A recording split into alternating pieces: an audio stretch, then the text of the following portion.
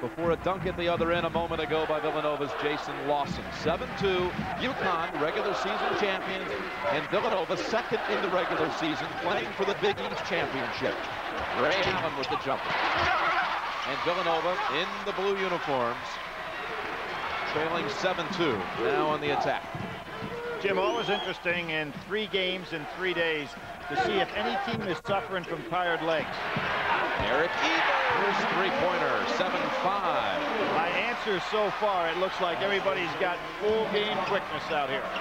Over the top, Donnie Marshall picked off by Kittles. Gary Kittles to the hoop. Not quite as explosive as that dunk yesterday, which made everybody think Michael Jordan had come back a day early here, but yes. First 7 to UConn, next 7 to Villanova, and then the bucket by Ali. Here they are in their 2-2-1 full court press. Kind of a dangerous pass. Marshall with his quickness almost got there. Ali came from behind and pulled off the steal. Little touch pass from Marshall. Went awry, but UConn still controls. Donnie Marshall, as we pointed out throughout the course of the year, the best forward in the country, getting up and down the floor. Great speed. UConn 25-3 on the year, ranked 6th in the country. Last touch by Nova. Villanova 24-7, ranked number 13 in the latest poll.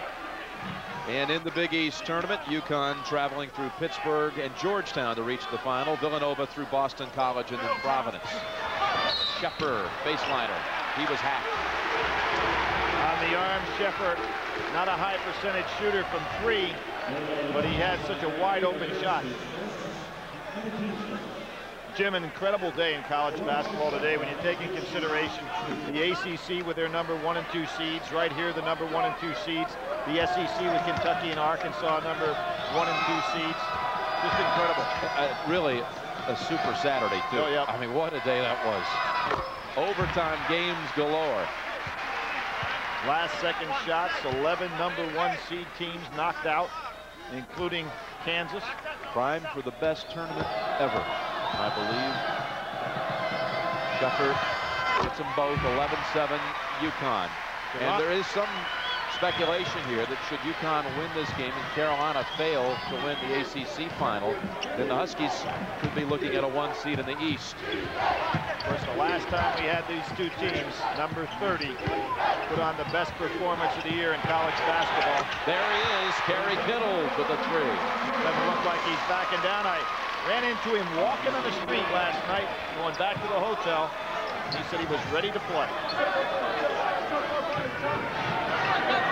They've dropped back into a little bit of a, looks like a zone setup, but they're playing man-to-man. No movement by Connecticut.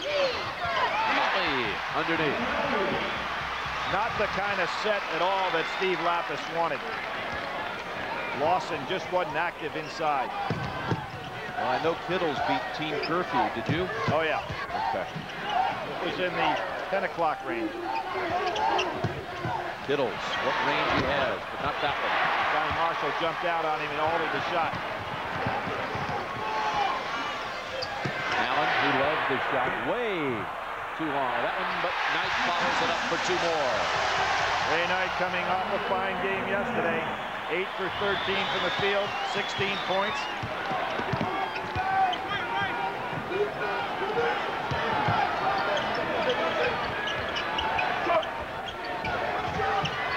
Inside, Lawson, left-hander. He was a perfect 7 for 7 yesterday. He's 2 out of 3 in the early action. Jim, Knight can't let Lawson sit down the low post 6 feet from the hoop, back behind him.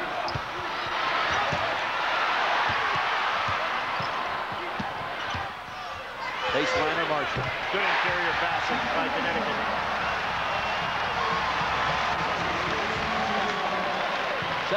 (17-12) Huskies. All 5 starters for UConn in the scoring column. You see Donnie Marshall playing off Cornegay. Cornegay's got to get a little closer to the basket, be a rebounding factor. He hasn't been today. Marshall's quickness beat him to the ball. Knight with a block on that attempt, and Allen with the fast break hoop. Terrific crossover there, Jim, and it really throws Haynes. He had him, but he could handle him if he stayed in that lane, but the crossover dribble just eliminated him. Connecticut showing that full court press and dropping back to man each time. Nice defense.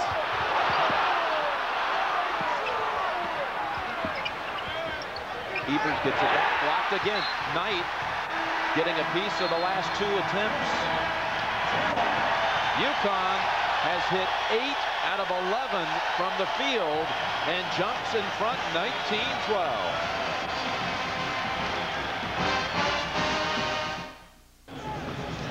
First meeting this year between the two. UConn won by 15 at Nova. Big rebounding edge in that one. But in the next meeting, mid-February, UConn played at home as the #1 team in the country for the first time in school history, and they got blown out 96-73 by the Cats. And that was the game Billy mentioned. Evers short. Terry Kittles in that game with perhaps the best individual performance of the season at 37, fighting bronchitis, and that upset win at Storrs, Connecticut. Jim, I think that I had a chance to watch 3 of the great ones this year. Respert's great performance against Michigan, and then Randolph Childress the other day against Duke University with that 41-point effort. Marshall is firing 3. Villanova, Alvin Williams in the game now. Point guard, sub for Jonathan Haynes. Nice move. Foul called on Eric Hayward, number 45 of the Huskies. In fact, they brought in 3 subs. Hayward along with Rudy Johnson, number 23, and Brian Fair, who provides a lot of offense off the bench, number 31. Jim Cornegay yesterday, 12 points, 11 rebounds, 8 assists. Those assists were so important in that ball game. Excellent interior passing. Today he's going to have to do the same kind of thing, because what's happening to him is Connecticut is not guarding the 2 big men when they step out, Lawson or Cornegay. And that's why right now Villanova is being out-rebounded. They're 16 feet from the basket when the shot goes up. Marshall's been all over the boards.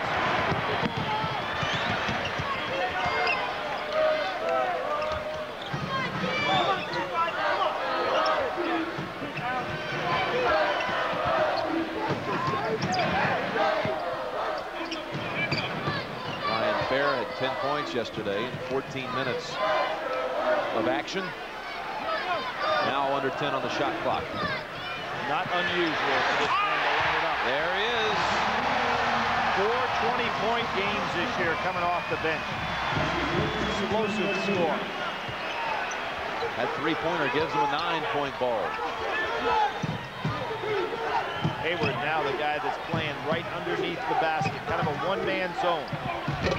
Evers backs it home.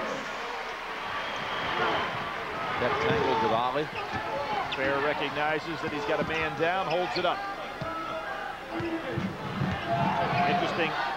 Jim Calhoun going to that bench early. And there's pressure at the end. Charge against Donnie Marshall. Ray Allen and Daron Sheffer will come back into the Husky lineup when we return. UConn with the early advantage. Jimmy, ACC, SEC, Big East, are those teams fighting for 2 spots or 3? Based on what happened to Kansas yesterday. You're talking about 2 number 1s? 2 number 1s or 3 number 1s? I think Kansas is in as a 1, so is UCLA. So I'll say that group of 6 playing for the other 2 number 1 positions. I'd say the best final day of those 3 conferences ever together on the same day with their number 1 and 2 seeds playing for the championship. Touched by Kurt King, number 32, in the game now from Baton Rouge, Louisiana. Here's Ron Wilson, senior co-captain, replacing Cornegay. Arkansas giving Kentucky fits today. Razorbacks up 6 with 10 minutes to go in that SEC final. Wilson's solid performance in the win over BC, 7-5. Look at Lawson. Yep. He'll go to the line for 1 more. Lawson, of course, maybe his biggest day this year was his performance against Rasheed Wallace. Although he's had a number of outstanding games. Wallace yesterday for North Carolina having his career high in that terrific overtime win over Maryland. 2 Philadelphia products. This guy carried us, said Steve Lapis after yesterday's 15-point victory over Providence College. They lost 7-7 from the field. Travis Knight is back in the game for UConn. And they go to a 2-3 zone now. Wilson, who doesn't have the flexibility that Cornegay has, matching up out of this thing.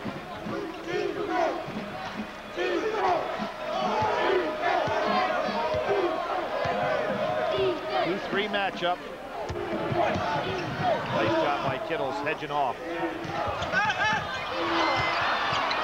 Tough pass, got it to Knight. Well, that was Lawson. King puts it back up for 2. You're talking about Lawson blocking one of those. And he came all the way across the lane for that one. Here's that little diamond press that was so effective against Georgetown yesterday. Connecticut finally found the answer to slow down Allen Iverson.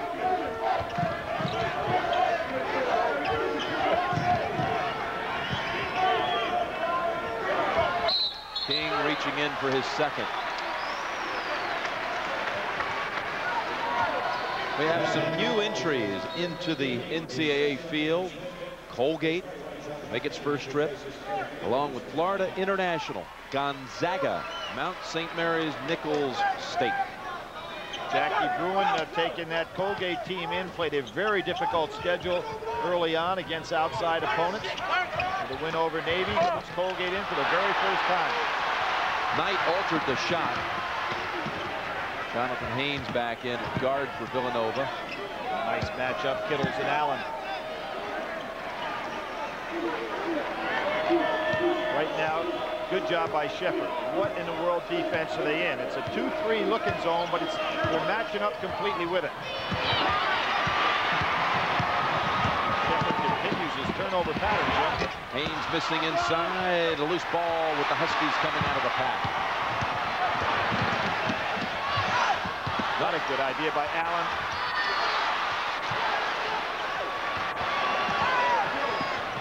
Tough pass. Jim Allen usually on the wings, and when you have a fast break, and Jim Calhoun's screaming at him, is saying pass the ball, but normally he's on the wing to be the recipient on the 3-on-2 breaks. There he had the ball in the middle, and you can see who's coming into the game. Kevin Ollie, the guy that would normally have it out there. Ray Allen should have pulled up at the foul line. We saw the graphic, Gonzaga into the NCAA field. Most famous alum ever from Gonzaga. How about a John Stockton? Most famous basketball alum. Most definitely in that regard. You know, I think about him. The only reason he made the East-West game as a senior is Gonzaga was up in the Northwest, or else he wouldn't have even been looked at by the NBA. And here he is now, the all-time leading assist man in the history of the league. Bing Crosby also went to Gonzaga. I put him over Stockton. He didn't have much of a jump shot. Good matchup. Lawson has 9 for Villanova. 24-20 UConn. They were both smooth. Yes. Let's put it that way. Now straight man-to-man. Villanova gets out of the matchup.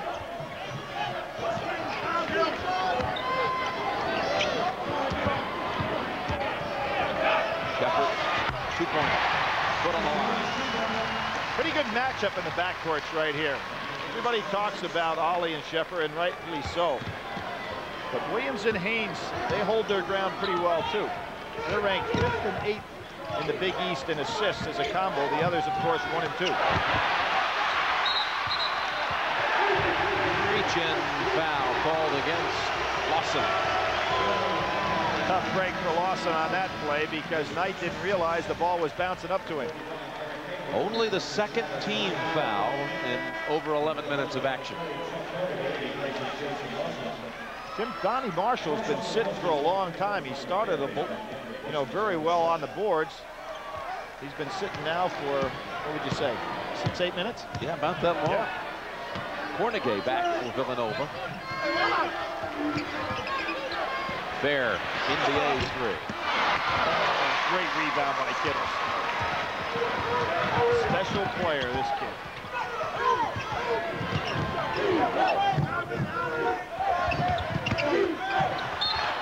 There's that passing technique that Cornegay used so well yesterday for those 8 assists. He looks for the open man. And what a difference, of course, the first time these teams played this year, Cornegay was just getting used to being in the lineup. Wasn't a starter then. Wilson working on King. King pulls it down. Good hustle by Wilson, getting back down court. Really stopped that break. Allen, yes, three-pointer. 29-20, back to their largest lead, matching an earlier 9-point lead. UConn trying to win the Big East championship for the second time. Villanova's never won it. Alvin Williams answers at the other end. Terrific change off the pass by Williams. Alley hammered. Call it on Williams. Williams hurt his knee, Jim. Coming up after the Big East championship game, we'll head over to the studio for the Road to the Final Four show. Pat O'Brien, Quinn Buckner, George Raveling. We'll have all the scores and highlights, and joining them live will be Nolan Richardson, Rick Majerus, and Gene Cady. And we'll also take a look at the UMass. Coming up next on the Road to the Final Four, 6 o'clock tonight. We'll have the selection show. Jim, George Raveling, a little rooting interest, former Villanova alum. A couple of things about George. He was the first black athlete ever at Villanova, the first black captain ever of one of their teams, the first black coach at Villanova, and he's a guy to this day that has the second most rebounds in a game with 29. Howard Porter leads with 30. So George had quite a career and was, as he is now, a guy that led the way in many respects. Glad to have him on our team. No question. Is thinking.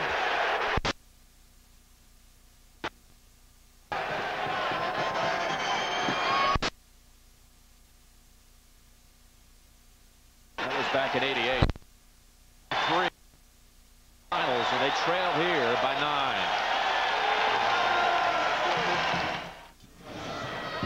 Well, Jimmy, you see right here, Drexel in. They earn their way in. Penn, of course, great play in the Ivy League. They're in. Temple, I think they're in. Villanova, they're in without question. One question mark, though. Atlantic 10 to St. Joe make it. That's a tough call on that. Definitely a bubble there. St. Joe's 42nd in the computer this morning, so that is definitely bubble territory. Great year for the Big Five. Yep. 4 in right now from Philadelphia.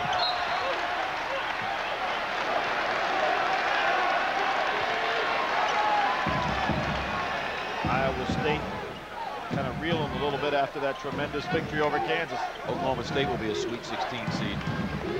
Oh, yeah. That league's rated as the #1 league in the country. I don't understand it, but they are. They almost has it stripped. There's that passing ability of his again. And Ollie reached in, thought he had it clean, but they called Kevin Ollie on the foul. Boy, you love to see a big guy that has awareness on the floor. Cornegay, the first few times I watched him play, I didn't see that talent, but he is really showing it in this tournament. Cornegay's career high came back in December of 1992 when in a North Carolina State uniform he faced UConn. Scored 22. Thought it was 21, but we could argue over that. But kind of interesting. He only played 7 games down there, and yeah, I'll tell you the other thing interesting about him. He came within a few minutes of declaring to go to the CBA.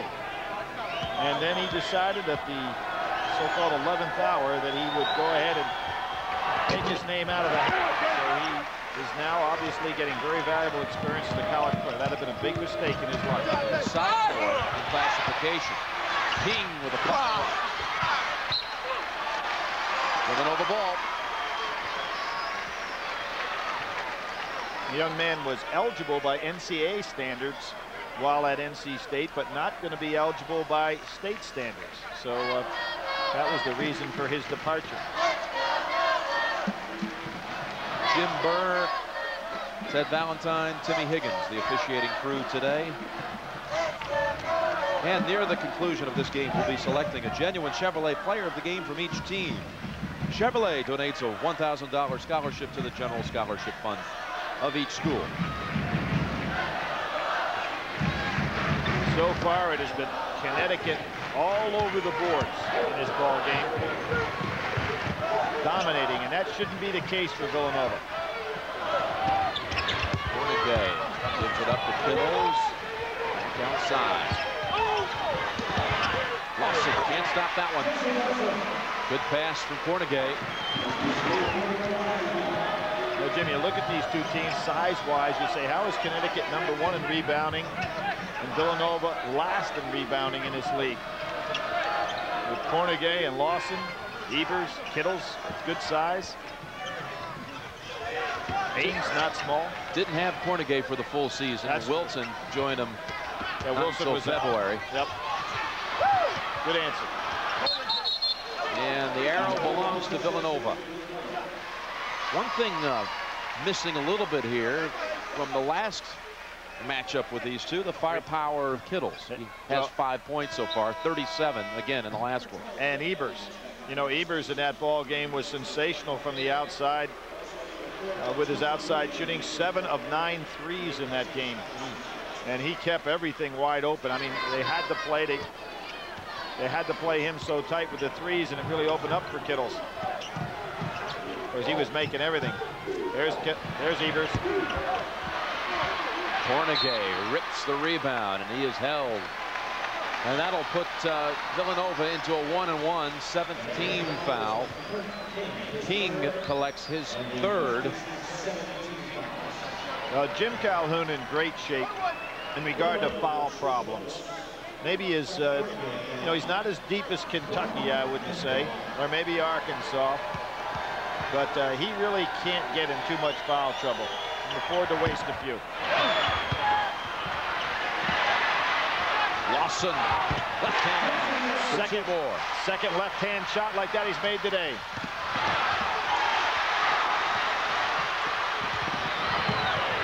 Haynes 3.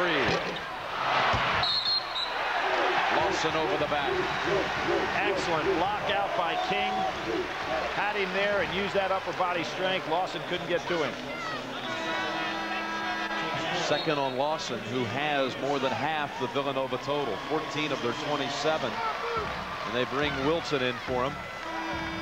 Travis Knight back in also.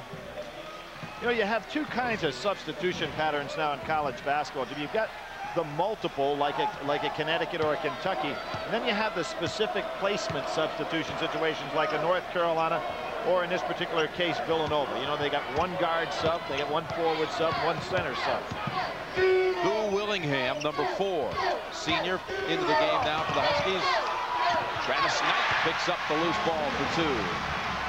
Sheffer, with his size, doesn't mind going inside. Caused a lot of turnovers yesterday trying to go inside with Georgetown, that was ready to meet that challenge anytime he came in there.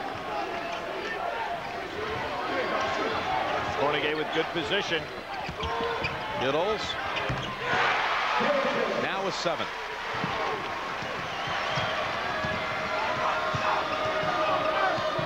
And of course, with the #1 and #2 assist men in the league, they've got 2 point guards in both physical ability and mental approach to the game. Willingham kept it alive. Allen puts it up. And it drops. And he'll shoot 1. That was some shot, Jim. Connecticut just awesome on the boards today. Difference in the game. Ray Allen makes the spin move without using his hand to pick up ground. So gifted going inside as this young man. That ball was kept alive, Billy, because of Nantimbo Willingham, who tipped it out to Allen. Willingham, senior from Atlanta.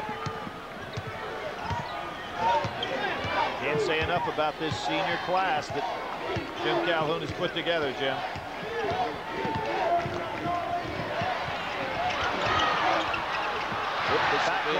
Backcourt violation.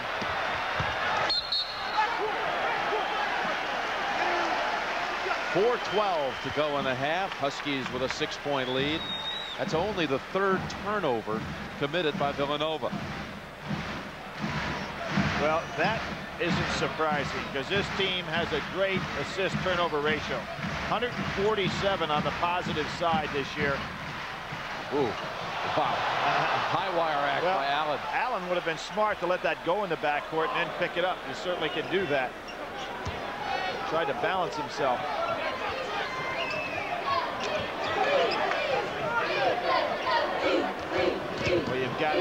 Kittles head-to-head in this man-to-man matchup. Jumper.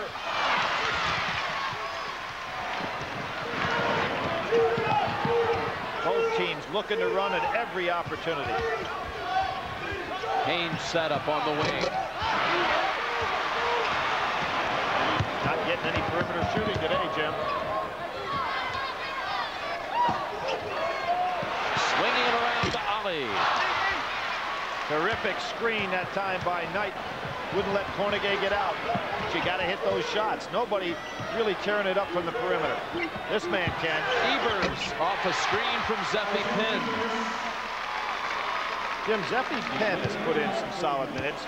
He's actually 4 for 4 in the tournament so far. 2 for 2 in both games. Not getting a lot of playing time, but been very productive. 8th man on that Villanova rotation.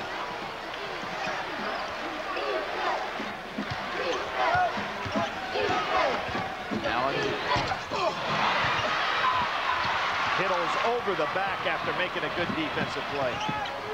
Terrific rebound. Evers will try it again. This one a 3. Jim, when he's going left to right and squares up, I mean, it is going to go down. I mean, you got to get out there and just force him to put the ball on the floor. Great perimeter shooter. 35-34. UConn by 1.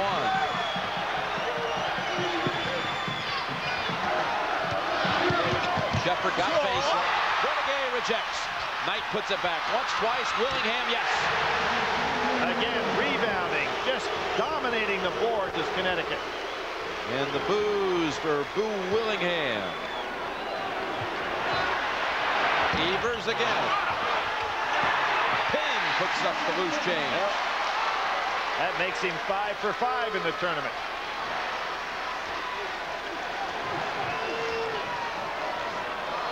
Well, he's playing right alongside Penn Plaza. That shouldn't surprise you here at Madison Square Garden.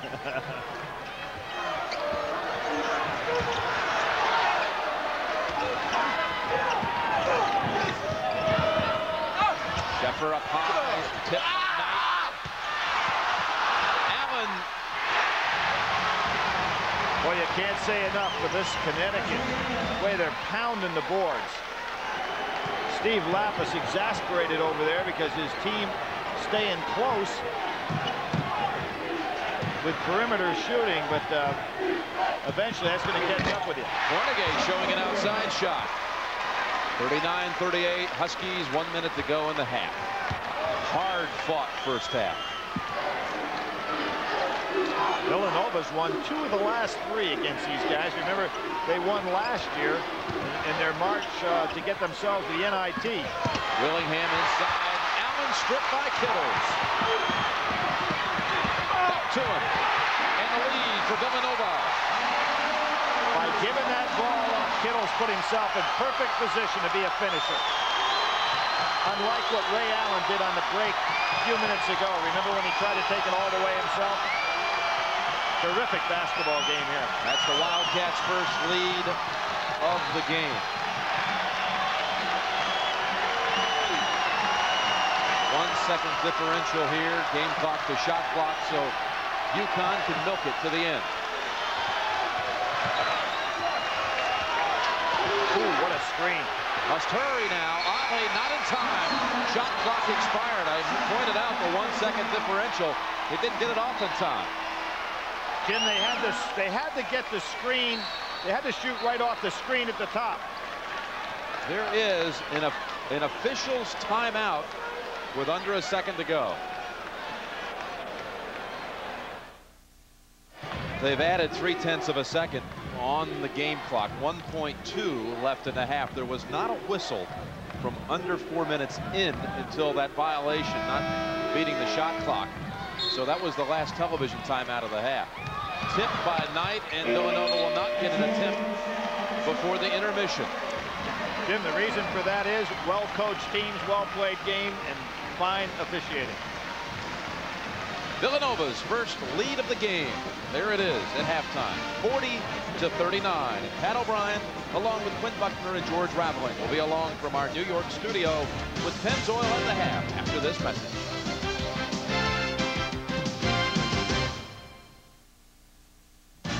CBS Sports coverage of the road to the Final Four is sponsored by Pontiac and your local Pontiac dealer. We are driving excitement. Kellogg's with good taste, nutrition, and value. The best to you each morning from Kellogg's. And by IBM. There's never been a better time to do business with IBM.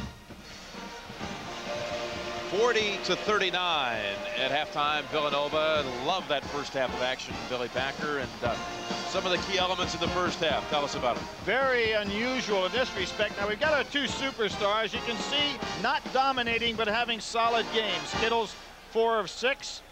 And, of course, Ray Allen, nice distribution, not occupying the ball that much, 5 for 8. So that has not been the difference. To me, Jim, one of the things that I don't understand at all in the ball game, sometimes statistically, here you have Connecticut, 24 rebounds to 12. That is amazing for a team to be out-rebounded double and, in effect, still be in the lead. Yet the reason for it, of course, field goal shooting percentage. Startling. 24-12 rebounding advantage, but not leading. And Jim, a lot of those offensive rebounds on the putback situations. And of course, these two teams, as we pointed out, number 1 in the league in rebounding and number 9. Donnie Marshall, who inbounded the ball, played only 8 minutes in the first half because he was saddled with 2 fouls. And he was off to a good start. On the line. Turnover. Boy, game of matter of inches, Jim. He's on the line, and if he hadn't, he'd have drawn a foul. Here we see that 2-2-1 full court press. Connecticut has not been able to turn it over, but they show it and go back to their man-to-man. Billy, we're going to get an update right now. Back to our studio we go with Pat O'Brien. All right, Jim, thank you very much. In the overtime in the SEC Championship, Arkansas and Kentucky. Arkansas has gotten hot, and Kentucky is cold, but Corliss Williamson has fouled out. Let's listen in to Tom Hammond. Shepard has been the man, the freshman. Walker, the freshman.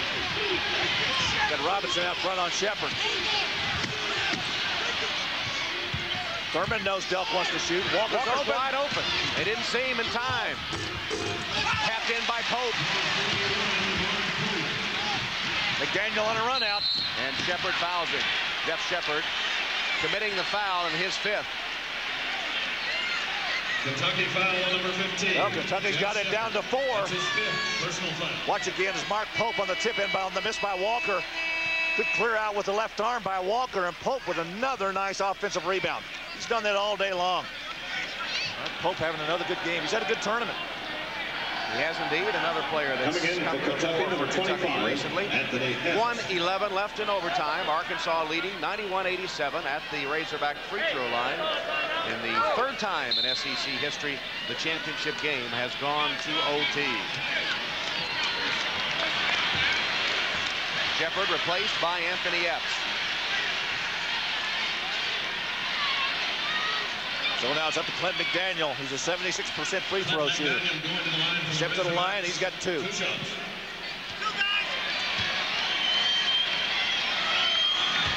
Both teams in the double bonus. 2 shots the rest of the way. Rimmed out. Corliss Williamson is fouled out.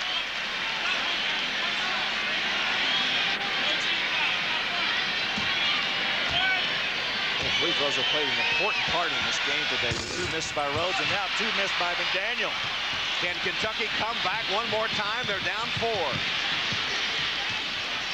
Delk off a screen. Beck fought his way through it. Walker to the basket. Double pump, no good. And not a very good shot. Robinson with an outlet. Tipped out of bounds by Walker. Nice effort by Anton Walker. He's made several of those going down the lane today. That one he couldn't get to go in.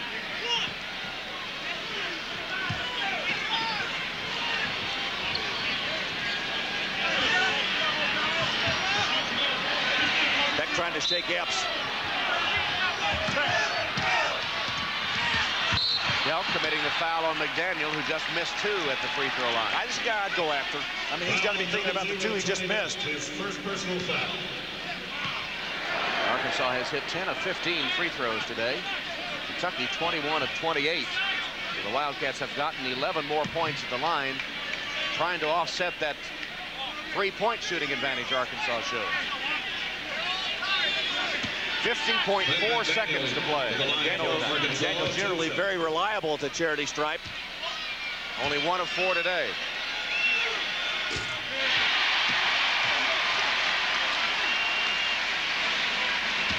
Tom, has been the type of game we expected from these two clubs. It's the way they have played since Arkansas came into this league. McDaniel hits 2. The lead is 6.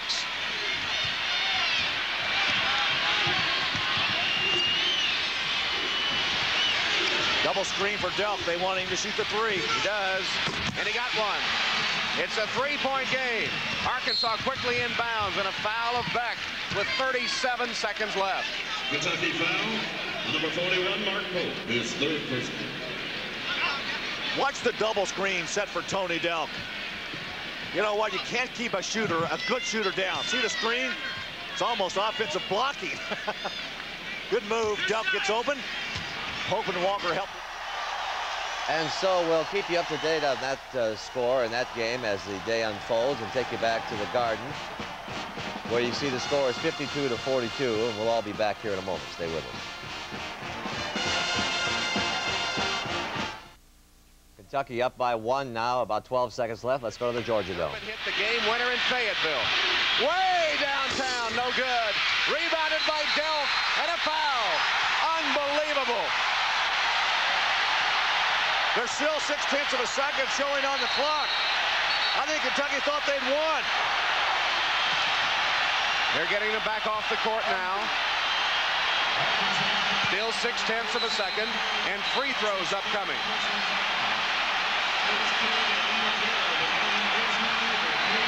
What a comeback by Kentucky.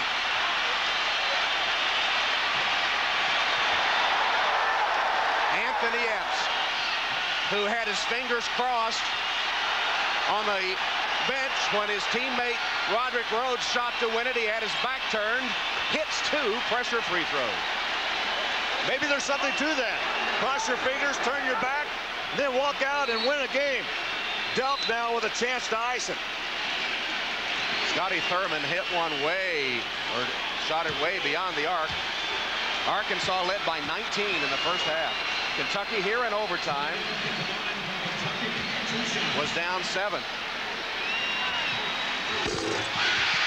How about the rebound by Delk on the miss by Thurman? Look at Rhodes. Riddick. Rhodes is saying, oh, thank goodness. He misses. Beck will fling it the length of the court. And an improbable, amazing comeback by the Kentucky Wildcats to win the SEC tournament. Amazing, and this, ladies and gentlemen, is why they call it March Madness. Let's go back to Jim Nance and Billy Packer. Thank you, Pat. This phenomenal weekend continues. And Kittles and Villanova have scored 17 unanswered. Timeout called by UConn, their second one they've used. We'll be back at the Garden in just a moment.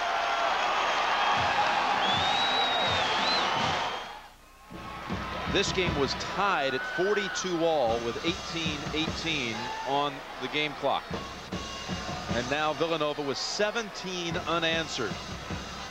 59-42. Connecticut has had to use 2 timeouts during this Villanova spurt to try to calm them down, but the Huskies down big now. Jim, you didn't see the run coming either. You know, the way Connecticut had been pounding the boards in the first half. But remember one thing, Connecticut was down 40-15 to Pitt this year and came back and won a game. Yeah, that was the first half, though. And here they got 14:30 remaining. They're going to have to get something exploding. But what's happened is that Villanova's picked up their defense, really getting their break going. Brian Fair beats the shot clock with a 3 of his own.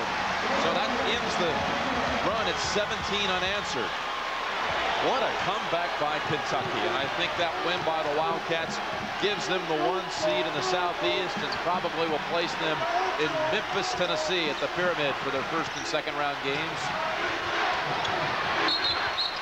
Arkansas likely to drop back to the 2 line. And during that Villanova run, this was something that typified that Villanova series. Did you notice Sheffer had Kittles by the shirt and still couldn't hold him off? Young man is just on fire now. Villanova has turned it over in this entire game only 4 times. Fair, not this time. Jim, still a lot of time. 14 minutes on the clock. You don't have to revert to wild outside shooting. They need to get back to the solid game they played, then hope their defense can turn it over some as Villanova did against them. Example right there. You mentioned the comeback against Pitt by the Huskies. They've really kind of specialized in other occasions too. All season long, they seem like they've specialized coming from behind. But there's a 3 by Kittles, and the deficit for the Huskies is 17 again. And the Big East Player of the Year specializes in making sure you don't make a comeback. Hammond driving for 2. Kittles has 22 for the Wildcats. He's 9 out of 11 from the field. And the fact that Connecticut wasn't scoring in that period took away any chance they had to get into a press. Well, 10 years ago, Villanova played the perfect second half. This is pretty close to it. Ray Allen, 3. 64-50 Villanova. And a near steal by Brian Fair. Good judgment by Kittles. Haynes, 3. It's not as good as what happened in Lexington, Kentucky 10 years ago, but this is some half. Fair to the line for 2. Nova shooting in this half 11 out of 12 from the field.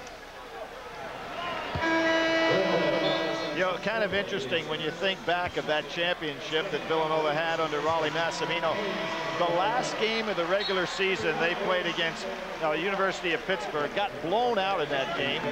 Raleigh benched all of his starters. They went into the Big East tournament, had a comeback, beat Pitt first round, then got knocked down in the second round by St. John's.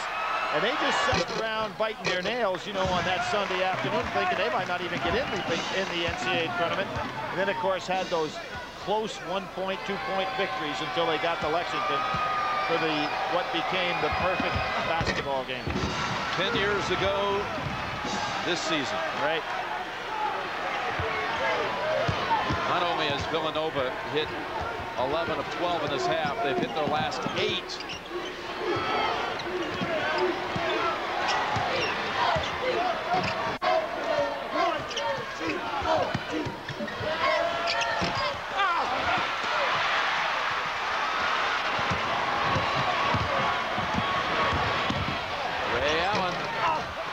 Keeps it alive. Now it's Hayward back out to Sheffer for a 3. On the part of Connecticut in this comeback. This is the pace of play, though, that produces a comeback. Yep.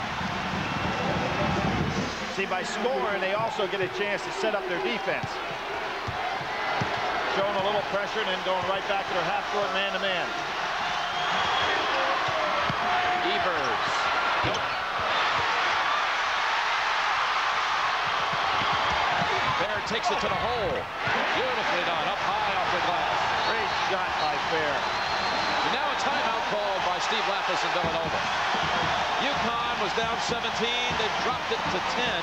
We'll continue after this message and a word from your local station. CBS Sports coverage of the road to the Final Four is sponsored by Oldsmobile and your local Oldsmobile retailers.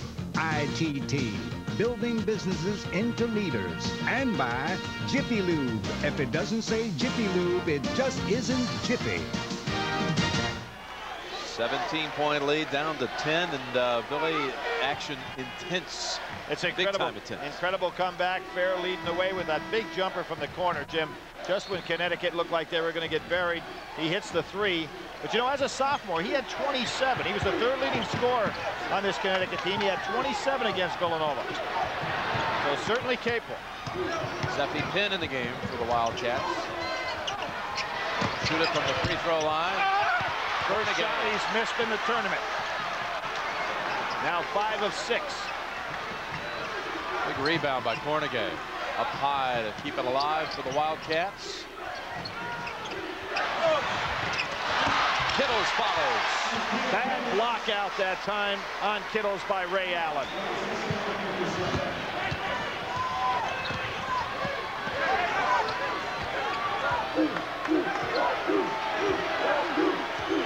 Jonathan Haynes ready to come back in with Kevin Ollie on the side, with 2 leading point guards.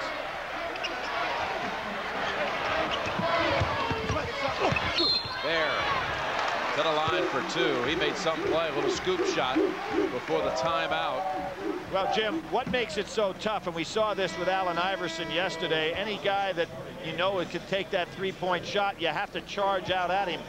Fair, with his excellent outside shooting, gets a compliment here from a coach. Somebody may take it the other way. Howie Dickerman, thank you very much. Fair putting them back in the game.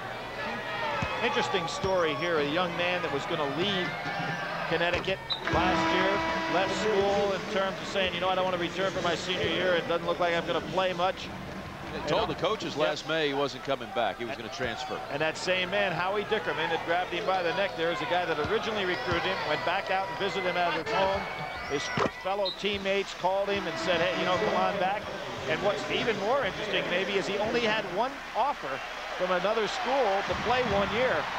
So he came back to Connecticut, and it sure paid dividends all the way around.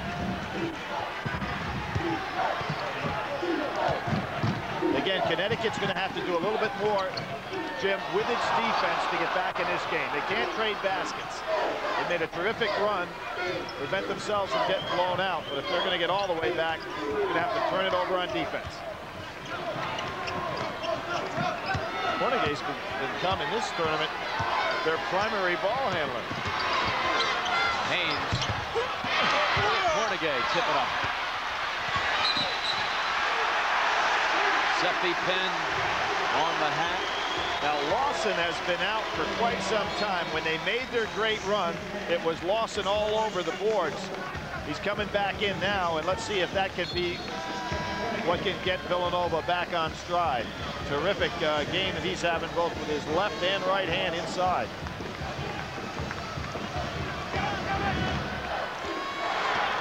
And yesterday, of course, he was 7 for 7. Hard to say which player's been more valuable for them in this tournament. Right. There's the 2-3 zone with Lawson down in the middle. Remember, they used this in the first half and matched up out of it. Exactly what they're doing now.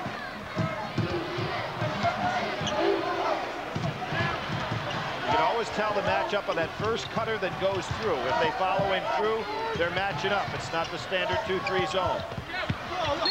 Ollie. Out of bounds. Nice move by Steve Lapis, changing into that defense. Try to take away some of those one-on-one moves that Connecticut was putting on him.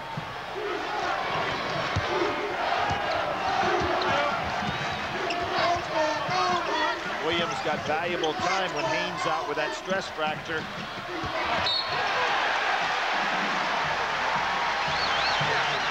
Haynes missing 4 games, and kind of interesting. Wilson out, of course, for a good portion of the mid part of the year. Foot injury, and then Haynes out as well. There's that 2-3 matchup again.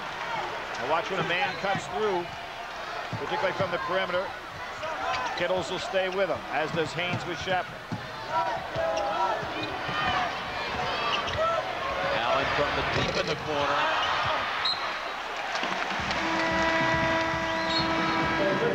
Evers returns for Penn. Jim, a lot of teams who use the matchup zone a lot. You'll see teams play against them, and first of all, you got to recognize what the defense is. But then after that, they'll run a lot of their man-to-man offense against those matchups. Let's see if Connecticut starts to do it themselves.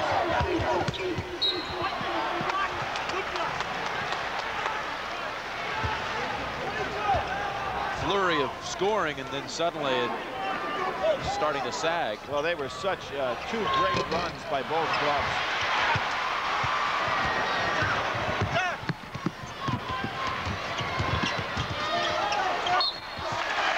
Knight on the not getting in position. Had to assume when a man's going down the sideline that you step on over in front of the, cut off a passing lane. Villanova has never won the Big East tournament. 3 times before they've been in the final, but they lost triple overtime to Syracuse 81. Georgetown beat them in 82. And their last appearance in the championship game, 88. Syracuse that time. Billy, if your alma mater, Wake, beats North Carolina today and Villanova wins here, who's the 1 seed in the East? Well, UMass? How about that? Would that be, you know, it's really unfortunate for Massachusetts, all of this notoriety that the Big East, the ACC, and the SEC have gotten in the last week. Here you have UMass winning their 4th straight conference championship. The game taking place at UMass, not getting the same kind of attention, but it's not like they've gone away from the picture. Ray Allen with a floater. Yeah, you're talking about a UMass team that's 4th in the computer. Right. But they played a very difficult schedule, and of the games that they lost without Marcus Camby in the lineup here at midseason. So he's back now, and they'll be a tough out regardless of where they're seated. Boston with 22 has tied a career high.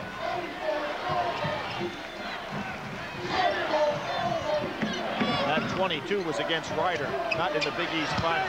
1 for a career high there. Got fouled on that play. No call. Now try to get it under 10. Allen with a 3. That's his spot too, Jim. I think it's time to get Evers a shot if you're Villanova. He's been quiet. Well, they got it to him, but it's a little bit too late. Whistle first. Yep.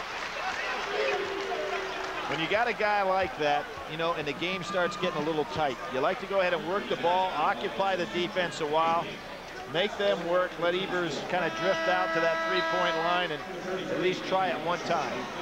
Kirk King has 4 fouls now, and he is taken out of the game. Donnie Marshall back. 10-point lead for Villanova. Yesterday, Villanova, there it goes again, the same play. I was just ready to talk about the play that Villanova pulled yesterday perfectly in the out of bounds, where it looks like Kittles is going to go up the lane to set a screen, and he doubles back. Now watch this. Kittles will look like he's going to screen, then he pops right back inside. And remember yesterday, he got a perfect layup on the play, and he would have had one there if he hadn't been fouled. 5th team foul against the Huskies, so no shooting situation. 2 away from the bonus.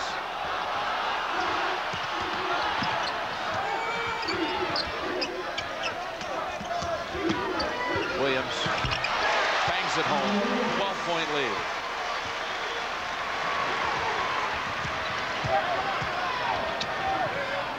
Allen gets it to 9. Jim Williams, remember up at the game in Stores, Williams had 12 points and 8 assists. He's had another solid performance against Connecticut today.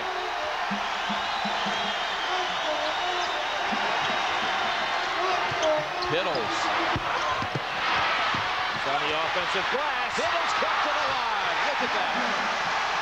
That's the 2nd time in the last 4 or 5 minutes that Kittles has not been blocked out, and he is so tough going for rebounds offensively. I mean, he plays obviously like a guard, but when he needs to go inside as a forward, he can do it as well. Double screen for Ray Allen.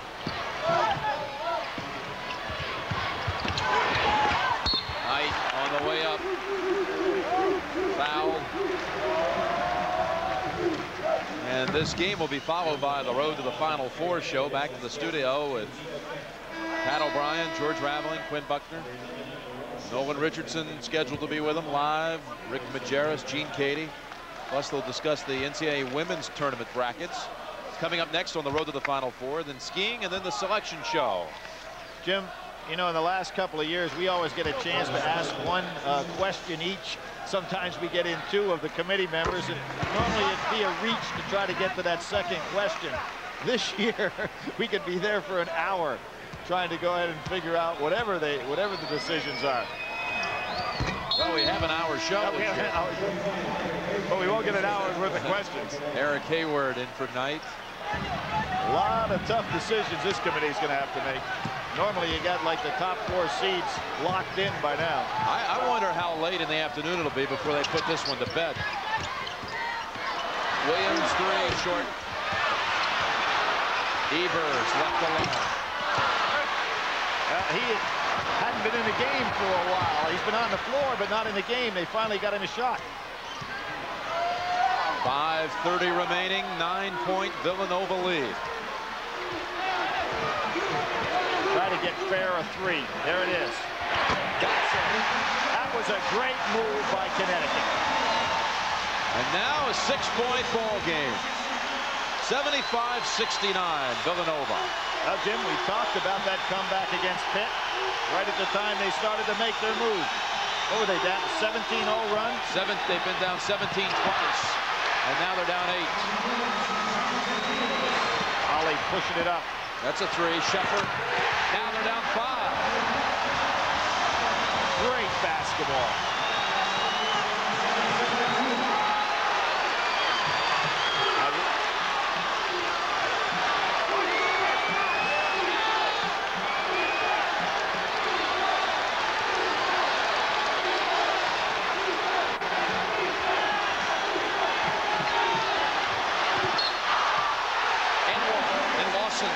Has a career high 24. Right over the top. Lawson, a perfect target on this lob. Beautifully thrown by Williams. And Hayward tried to get there, and you can see, without question, basket and foul. See, he tries to come over, and the pass was perfectly thrown. Lawson, good concentration there to make that shot. Well, I say, got scalped on the play. 24 and 3 rebounds.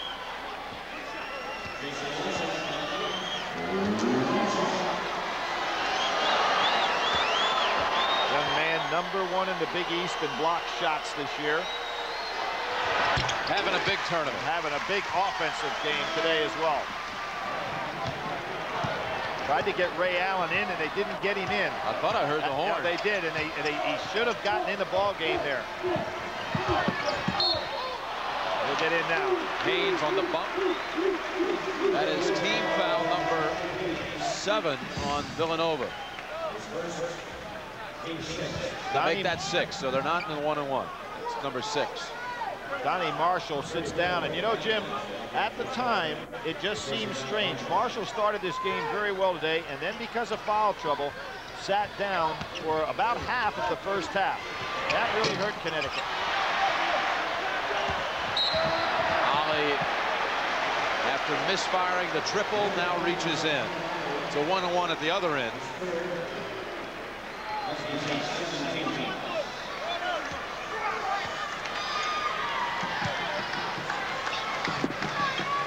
Iowa down 18 against Indiana. We talked about this young man yesterday. That huge shot against the University of Florida. Florida, of course, got knocked out yesterday in the SEC semis. What do you think, Jim? They're in there? Florida, yep, in, okay. 34th in the computer. 17 and 12. Final 4 last year, strong conference. They're in. One of their big wins at Wake Forest. They beat Texas also. Yep. The Longhorns are in the tournament. Yep. I mean, that's a pretty strong road win against a team that right today is still fighting for a number 1 or 2 seed. Fair. So Villanova now saw its lead chipped away to 5, and it's back to 10. With all their great history, this team has never won a Big East title. Hard to believe.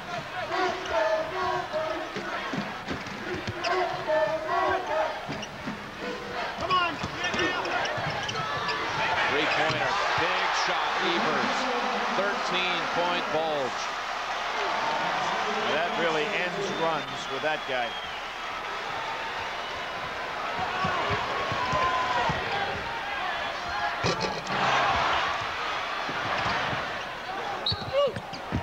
Villanova ball. Timeout on the floor.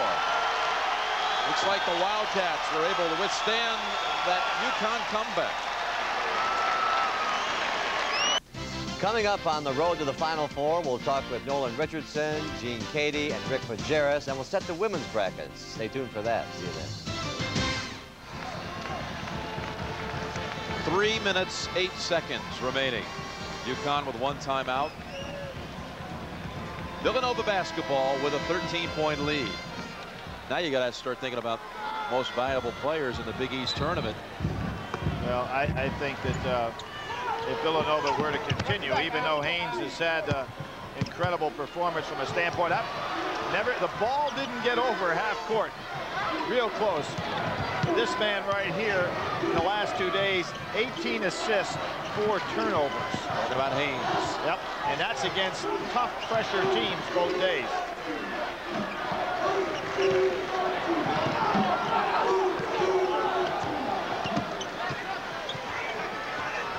Knight now switches off. Lawson left alone, and a reach-in foul on Shepard. When a man makes a hedge move defensively, somebody has to pick up inside, and there you saw a good job by Williams because he occupied 2 men and still had his dribble alive. Therefore, nobody inside to pick up Lawson until it was too late. A lot of teams copying what the Detroit Pistons made so famous with Bill Lambier and Isaiah Thomas. The little 2-man pick-and-roll move from out high. Obviously, no college team able to do it quite as well, but a lot of people try to implement that technique.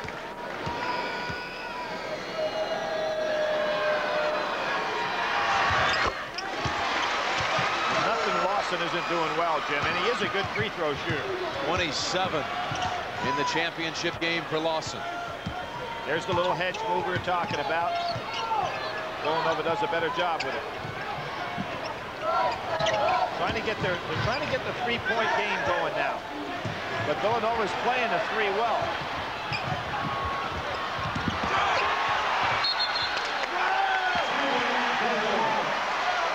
Timeout was called by Villanova. They pick up the loose ball, and from the floor, they burn a timeout. Lead by 15.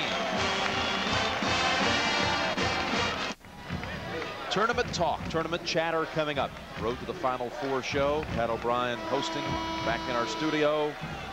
Quinn Buckner, George Raveling will be with him also. Who's in, who's out? They'll talk about it right after this game. Nice job throwing the lob right over the heads to the big man in the middle. Jim, when I think of these games we've seen this year between these 2 ball clubs, that knockout punch by Kansas and then another knockout punch that Villanova put on this Connecticut team. You know, I think it took a lot of edge off it. You know, well, it's really like a heavyweight boxer. You know, you get knocked out a couple of times and you just don't bounce back quite as well. I thought they'd bounce back from the Kansas one, but the Villanova one, they never got their legs back after that one. They never became like the dominant team you heard about. Now, one of the things that'll be interesting, if Connecticut gets moved out of the East, the farther away they go from home, the better off I think they're going to be. For the simple reason, you get away from the media, you get away from your local people. You just get a chance to go back out there and regroup. We've seen that happen to a lot of teams that eventually then were able to regroup, get themselves going, and work their way to a Final Four, because the team certainly is capable. That's what I was talking about yesterday, though, how this game today could kind of like exercise from their mind that loss to Villanova, get that out of their system, get their confidence back. How about this today? What does this do to them? This game is definitely not a confidence builder for Connecticut, without question, and that's why I'm saying the best thing could happen to them to be shipped west. I think that's where they're going. Well, I don't know. What do you think? I don't know, but it'd be the best thing could happen to them. And play on Friday. 1 of 2 for King. Matter of fact, for any team that's played 3 tough games in a postseason tournament, it's good if they can play on Friday. Friday, Sunday, as opposed to Thursday, Saturday. Ryan Fair. Jonathan Haynes. One of the real leaders of this team. Originally signed with Temple, another team that'll be in the NCAA tournament, but never played for them, obviously. Come over and had an outstanding career at Villanova. Rudy Johnson, number 23, comes in for Connecticut along with Yuri Cohen-Mintz. You know, we think of in the Big East, not much dominance, but there have been some crazy situations between certain teams. Villanova won 17 of the first 18 Big East games that they played against Connecticut. Connecticut has won 7 of the last 9, but this is going to be 7 of 10 now. Matter of fact, 3 of the last 4. Villanova winning that one last year in '94, and then of course the one at Storrs, and now this one. Kind of anticlimactic compared to the way this thing was at halftime. Lawson. Shepherd 3. 88-76. That'll send Alvin Williams to the line. 59 seconds to go.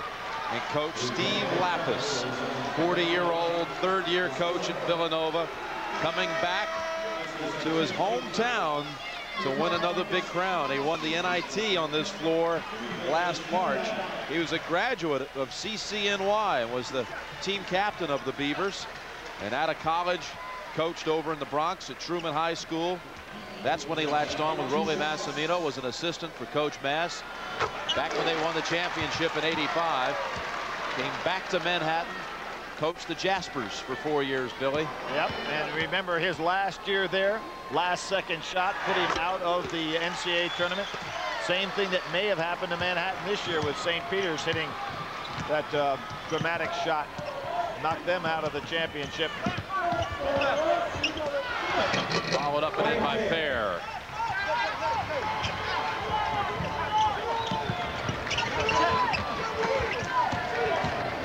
You know, Jim, he's got another guy on that bench that was part of that national championship team back in '85. You know, Steve Pannone was a player there. He's now an assistant at Villanova.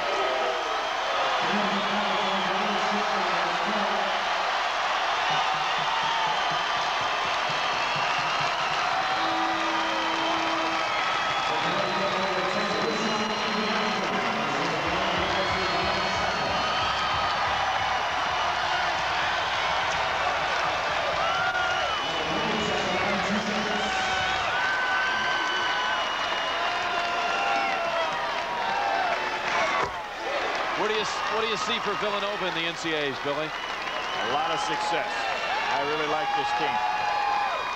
We've talked about them now for a month and a half, Jim, on our little trips. Liked everything about them.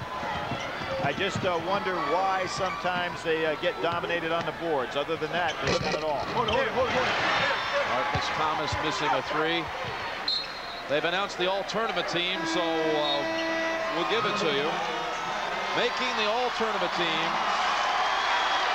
Well, you know he made it. Not only did he make it, but he was the most outstanding player. Gary Kittles. Well, that's a double for him. Player of the Year in the Big East, set a new record in times that he was picked Big East Player of the Year, and of course now tournament MVP as well.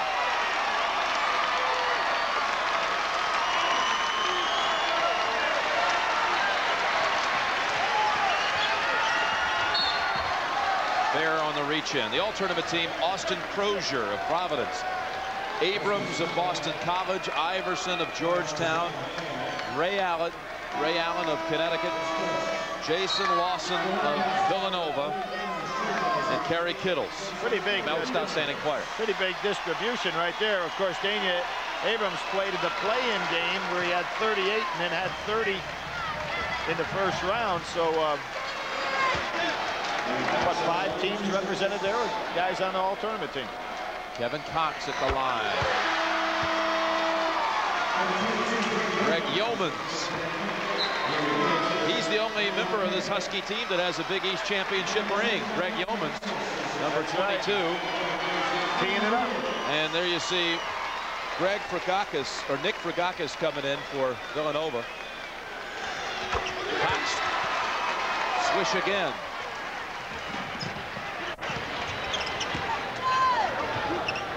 Ruslan and Yatkin.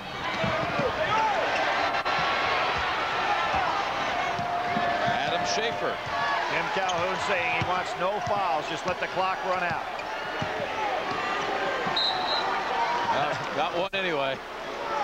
Jim just is screaming, I said no fouls, but in fairness to the players, a lot of noise in here, and they just didn't hear him.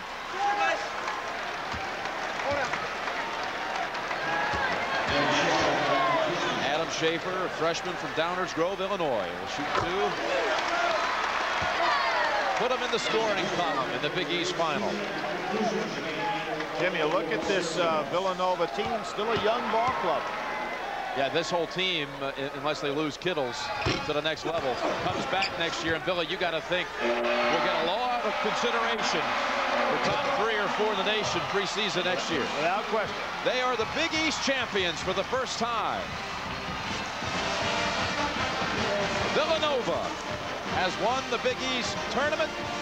The Wildcat mascot at midcourt